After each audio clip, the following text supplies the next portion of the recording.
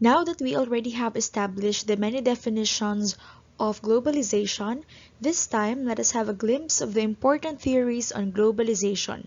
We will analyze globalization culturally, economically, and politically as reflected in the succeeding topics that we are going to have in this course.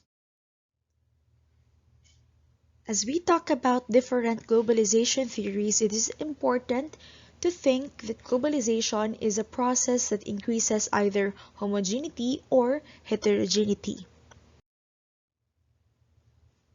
What is homogeneity? According to Cambridge Dictionary, it is the quality of consisting parts or people that are similar to each other or are the same type. In the contemporary world, homogeneity is defined as the increasing sameness in the world as cultural inputs, economic factors, and political orientations of society expand to create common practices, same economies, and similar forms of government. Homogeneity in culture is often linked to cultural imperialism. This means a given culture influences other cultures. For example, the dominant religion in our country is Christianity, which was brought to us by the Spaniards. Another example is Americanization, which was defined by Castle of 1993 as the import by non-Americans of products, images, technologies, practices, and behavior that are closely associated with America or Americas. In terms of the economy, there is recognition of the spread of neoliberalism, capitalism, and market economy in the world, according to Antonio of 2007. Global economic crises are also products of homogeneity in economic globalization. Stiglitz of 2002, for instance, blamed the International Monetary Fund, or IMF, for its one-size-fits-all approach which treats every country in the world as the same. In the end, rich countries became advantageous in the world economy at the expense of poor countries, which leads to increased inequality among nations. The political realm also suffers homogenization if one takes into account the emerging similar models of governance in the world. Because of course, there are different types of people in the entire world. There are different status of living, there are different way of living. But according to Barber of 1995, he said that McWorld is existing. It means only one political orientation is growing in today's society. The global flow of media is often characterized as media imperialism. TV, music, books, and movies are perceived as imposed on developing countries by the West, according to Cohen of 2002. Media imperialism undermines the existence of alternative global media originating from developing countries, such as the Al Jazeera of according to Belza of 2008, and the Bollywood, according to Larkin of 2003, as well as the influence of the local and regional media. The internet can be seen as the arena for alternative media. Cultural imperialism denies the agency of viewers, but people around the world often interpret the same medium, for example, a movie, in significantly different ways. Global media are dominated by a small number of large corporations. As Mackenzie of 1999 put it, this is being extended from old media to new media, such as Microsoft, Facebook, Twitter, Google, and Apple iTunes. As a result, in the long run, the internet could end up being less diverse and competitive.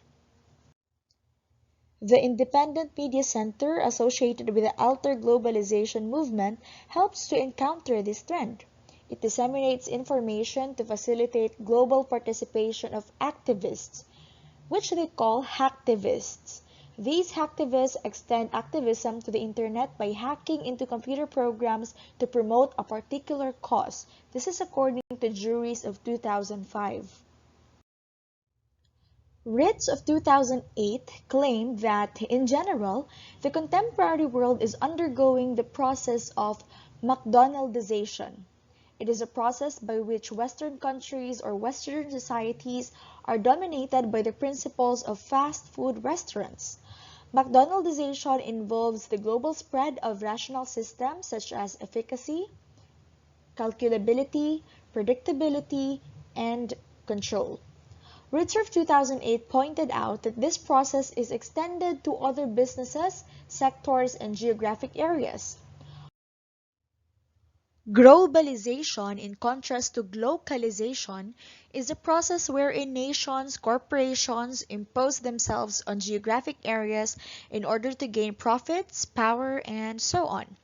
Ritzer also espoused the idea that globalization can be seen as the flow of nothing as opposed to something, involving the spread of non-places, non-things, non-people, and non-services.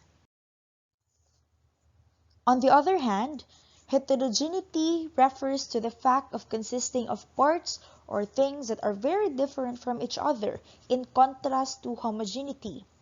It is also defined as the creation of various cultural practices, new economies, and political groups because of the interaction of the elements from different societies in the world.